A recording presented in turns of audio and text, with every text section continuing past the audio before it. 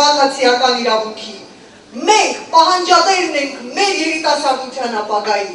Մենք պահանջատերն ենք սովորական մարդկային երջանկության։ Ժառանգության նախընտրական քարոզարշավը մեկնարկեց Արմենիա Մարիոթ հյուրանոցում, իսկ կուսակցության առաջնորդը խոստացավ այն ավարտել հաղթանակով Ազատության հրապարակում։ Վահե Կոստանդյան, Հարություն Վարդանյան, Առաջին լրատվական։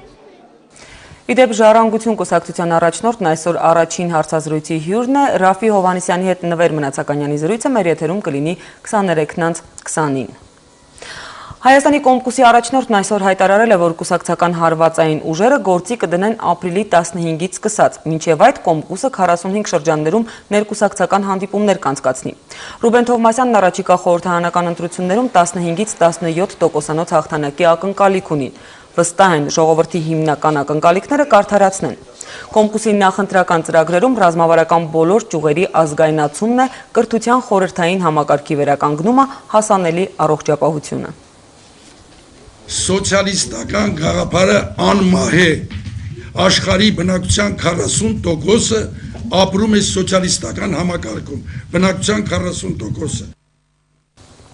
Ընտրակեղծիքները թույլ չտալը գերնպատակ ընտրական գործընթացների վերահսկման կանոնների նախագծի վերաբերյալ հանրապետականի առաջարկին արձագանքել է մայիսի 6-ի խորհրդարանական ընտրություններին մասնակից որոշ քաղաքական ուժեր, մասնավորապես Կոմկուսը, Դեմկուսը, ՕԵԿ-ը ու ԲՀԿ-ն։ Դավիթ Հարությունյանը առաջին լրատվականին հայտնել է, որ այլ արձագանքներ ևս կան, որոնք դեռևս քննարկման փուլում են։ Թեկնածու կուսակցությունները նշել են, ընդդեմ ընտրակեղծիքների փաստաթղթի տակ ստորագրելը ունի մեկ նպատակ՝ ապահովել արդար ու թափանցիկ ընտրություններ։ ՀԿԿ կենտրոնի առաջին քարտուղարը վստահ է կոմունիստներն այս պահին էլ մեծ ընտրազանգված ունեն, բայց որպեսզի ընտրություններն անարդար ու անազնիվ չլինեն, արձագանքել են Դավիթ Հարությունյանի առաջարկին միասին պայքարել ընդդեմ ընտրաշեղումների։ Տառապանքը փորձ ունի եւ անցյալ տարիների ընտրությունները նորից իմ մոտ ծնում է մտավախություն, նորից չկեղծվի, նորից չդառնա ոչ թափանցիկ, ոչ արդար։ Ընտրակեղծիքների դեմ պայքարի կանոնների նախագիծը քննարկվում է։ Ռուբեն Թովմասյանի խոսքով թեմայի մեջ կխորանան, կներկայացնեն լրացումներ ու դիտողություններ, երբ այն քննարկեն համախոհ բոլոր կուսակցությունները, իսկ առաջարկներ կոմունիստներն ունեն։ Կոալիցիոն ուժերը, որոնք հիմնականում բոլոր տեղամասերում հանձնաժողովի անդամներ են, իրենց վրա են վերցնում այդ պատասխանատվությունը։ Առաջի հերթին ենք աջակցելու, որ այդ պատասխանատվությունը ավելի բարձրանա։ Ընտրությունների պատշաճ անցկացման քաղաքակիրթ մրցակցություն ապահովող կանոնների նախագծին արձագանքել են նաև Դեմկուսից։ Ըստ Արամ Սարգսյանի, եթե խոսքն այն մասին է, որ կուսակցությունները որևէ կեղծիք թույլ չտան, ապա կարելի է նույնիսկ մեկնախադասությամբ ձևակերպել։ Եվ ստորագրել բոլորը, որ մենք պարտավորվում ենք, ոնց որ դպրոցում ուրեմն երթվում ենք մամա պապա, որ չեն կանում այդ կեղծիքները։ Դեմոկրատները փաստաթղթին երկու ձեռքով կողմ են, միայն թե վստահ չեն, որ այն կօգնի նաև պատշաճ նախընտրական քարոզչության ապահովմանը։ Ընտրական գործընթացների վերահսկման միասնական կանոններին Դեմկուսը դեմ չէ, իսկ քրեորեն պատժելի արարքներն ըստ նրա իրավապահները չպետք է անտեսեն։ Եկեք հստակ նշենք, որ բոլոր մասնակիցները պարտավորվում են կեղծիքներ թույլ չտալ, մեկ, երկրորդը պարտավորվում են պատասխան տալ այն իրենց կուսակցության անդամների համար, որոնք այդպիսի կեղծիքներ անհատապես են թույլ տալիս։ Կոալիցիոն գործընկերոջ առաջարկն ընդունել է նաև ԲՀԿ-ն։ Կուսակցությունը որդեգրել է սկզբունք, համաձայն որի բոլոր այն քաղաքական ուժերը, որոնց նպատակն է ազատ ու արդար ընտրությունների անցկացումը, կհամարվեն ԲՀԿ-ի համախոհն ու դաշնակիցը։ Պատրաստ ենք ահա այս ֆորմատներում համագործակցել հանուն նրա, որպեսզի մեր երկրում մայիսի 6-ին անցկացվեն ազատ եւ արդար ընտրություններ, այնպիսի ընտրություններ, որոնց արդյունքները առաջին հերթին վստահելի կլինեն մեր հանրության համար։ Բարգավաճ Հայաստան կուսակցությունն ու խմբակցությունը կքննարկեն առաջարկները, կներկայացնեն նախաձեռնության հեղինակներին։ Գաղափարը բոլորիս պիտի լինի մեկը, անել հնարավորը ստեղծել միասնական վերահսկողական այնպիսի մեխանիզմներ, որոնք կբացառեն ընտրակեղծիքները, կբացառեն ընտրական օրենսգրքի կամայական մեկնաբանությունները։ Ընտրական օրենսգրքի կամայական մեկնաբանություններն ու տարընթերցումները բացառելու նպատակով նաև ազգային ժողովի նախագահին կից ստեղծվել է աշխատանքային խումբ, որի գործառույթն է լինելու արձագանքել եւ կանխել այն քայլերը, որոնք կհակասեն օրենսդրությանը։ Մայա Խաչատրյան, Արմեն Անդրեասյան, Առաջին լրատվական։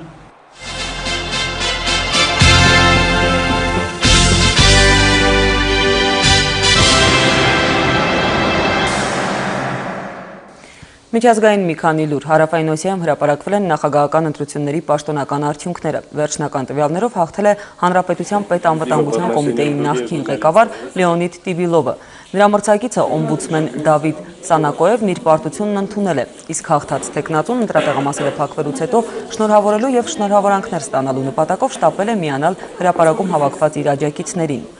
Նոր նախագահի երդման արարողությունը տեղի է ունենալու ապրիլի 21-ին։ Մինչև այդ նախագահի պարտականությունները կատարելու է վարչապետը։ Եգիպտոսում շարունակվում է նախագահի պաշտոնի համար առաջադրումների գրանցումը, առայժմ հայտ են ներկայացրել 23 հավակնորդներ, այդ թվում նախկին փոխնախագահ Օմար Սուլեյմանը, դա երկրի քաղաքական կյանքում մեծ աղմուկ է առաջացրել։ Շատ կուսակցություններ սպառնում են, որ եթե նախագահի ընտրություններում հաղթի Սուլեյմանը, որի անունը կապվում է Հոսնի Մուբարակի ռեժիմի հետ, ապա իրենք երկրորդ հեղափոխություն կսկսեն։ Սուլեյմանի թեկնածության ամենամոլի հակառակորդը մուսուլման եղբայրներ կուսակցությունն է։ Մուբարակի պաշտոնանկությունից հետո նրանք դարձել են Եգիպտոսի առաջատար քաղաքական ուժը եւ այս ընտրություններում մասնակցելու են 2, որոշ տվյալներով նաեւ 3 թեկնածուով։ Ընտրությունները Եգիպտոսում կայանալու են մայիսի վերջին։ 2 օր է մնացել, որ ուժի մեջ մտնի Սիրիայում բռնություններին վերջ դնելու միջազգային ծրագիրը, բայց այն հարցականի տակ է հայտնվել։ Նախորդ օրը Սիրիայի կառավարությունը Քոֆի Անանից գրավոր երաշխիքներ է պահանջել, որ քաղաքներից կանոնավոր զորքի հեռացնելուց հետո ընդդիմությունն այնտեղ կրակը չի վերսկսի։ Դամասկոսը նաև ցանկանում է երաշխիքներ ստանալ տարածաշրջանի մի քանի երկրներից, որ նրանք այսուհետև կդադարեցնեն ապստամբ խմբերի զինումն ու ֆինանսավորումը։ Սիրիայի զինված ընդդիմությունն արդեն պատասխանել է, որ հրաժարվում է Դամասկոսի հետ որևէ համաձայնությունից։ Նրանք հայտարարել են, թե կհետևեն հրադադարի այն ռեժիմին, որն առաջարկել էր Արաբական լիգան, բայց Դամասկոսի հետ ոչ մի ուղիղ պայմանավորվածություն չի լինի։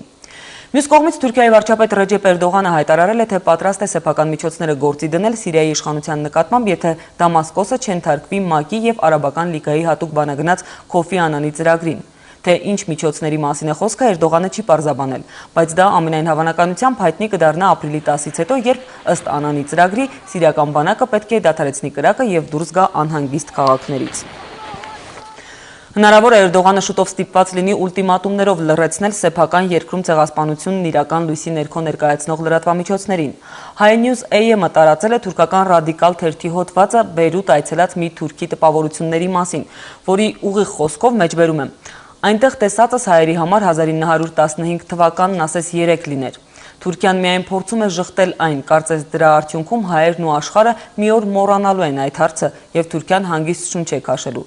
Իսկ իրականությունն այն է, որ Թուրքիան այս հարցում ոչ մի քաղաքականություն էլ չունի, գրել է թուրքական թերթը։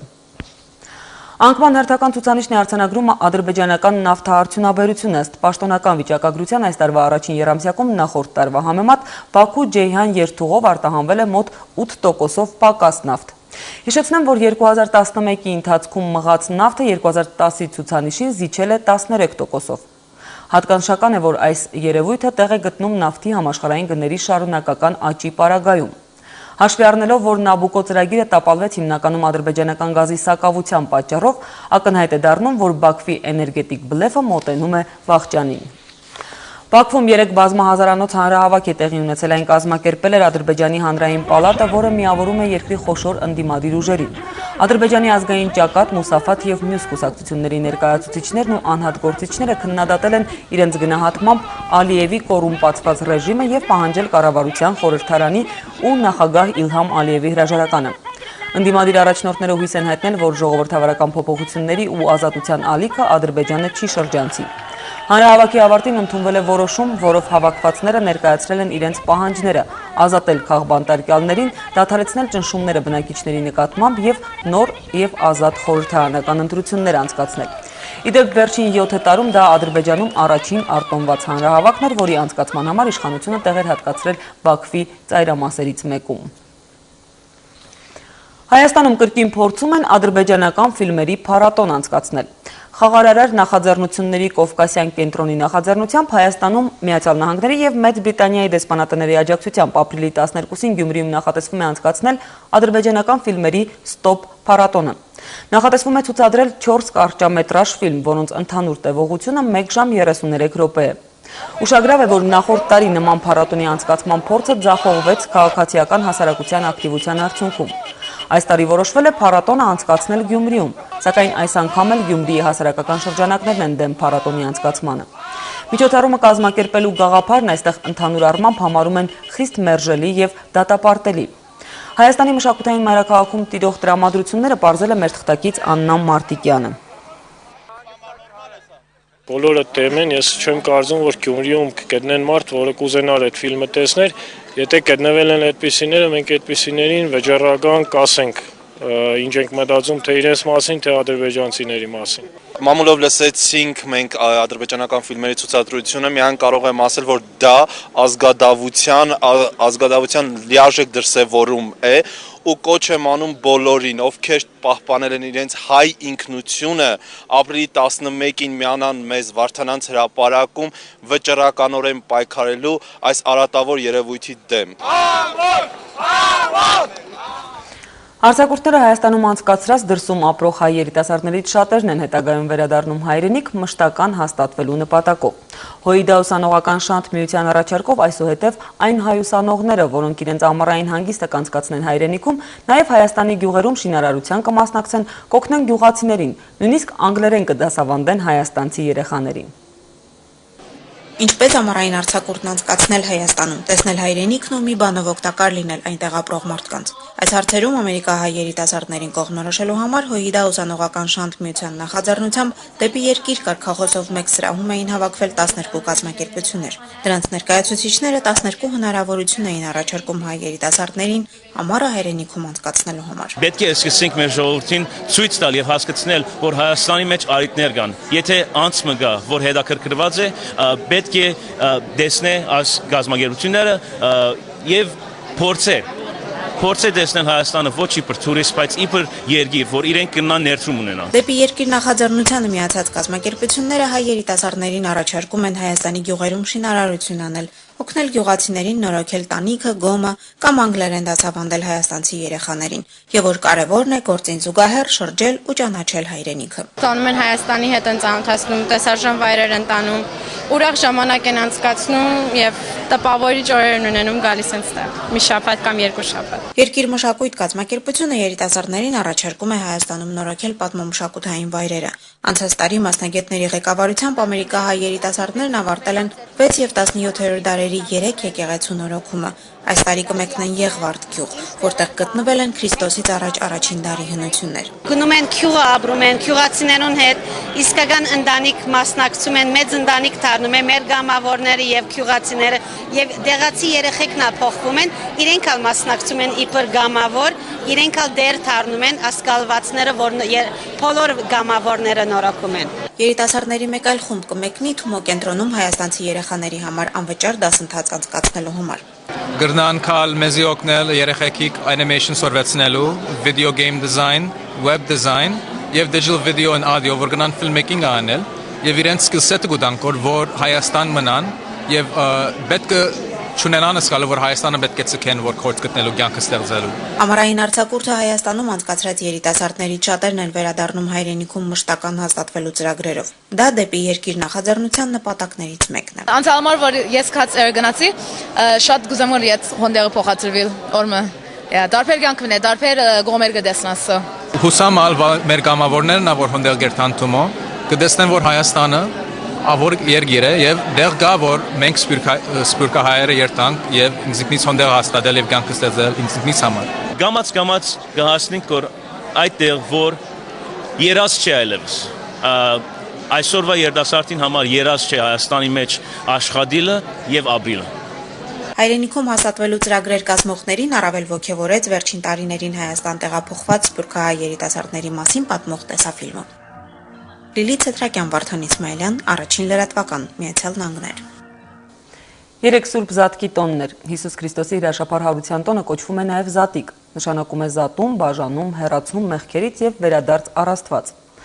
Զատիկը թե հին եւ թե նոր կտակարաններում համարվում է 5 տաղավար տոներից մեկը, իսկ այսօր մեռելոց է, ննջեցյալների հիշատակության օր։ Եկեղեցու տոներից միայն Սուրբ Ծնունդն ու ապրիլի 7-ին տոնվող Աստվածահայտնության տոնն են նշվում հստակ օրերի։ Մնացած դեպքերում տաղավար տոնը միշտ Կիրակի օրերին է նշվում, իսկ դրան հաջորդող երկուշաբթին մեռելոց է։ Սուրբ Զատիկը մեծ հանդիսավորությամբ նշվում է ոչ միայն Հայաստանում, այլև Սփյուռքի բոլոր հայկական համայնքներում։ Քրիստոսի հրաշափառ հարության տոնը 3 առանձնակի ուրախությամբ տոնել են Աստրախանում։ Սուրբ Հարության տոնին Աստրախանի Դոգադինի անվան պատկերասրահի ձեռագրը պահոցից առաջին անգամ դուրս բերվեց եւ Աստրախանի Սուրբ Հռիփսիմե եկեղեցի տարվեց Աստվածամոր ավագ եկեղեցու ավետարանը։ Ավետարանը գրվել է շուրջ 250 տարի առաջ Դավիթ 5-րդ կաթողիկոսի օրոք։ Դուք գաք եւ Սուրբ Հարության տոնին ձեր ուխտը նորոգեք։ Ստանաք ավետարանի օրհնությունը։ Հաղորդակից դառնաք ավետարանից բխող զորությանը։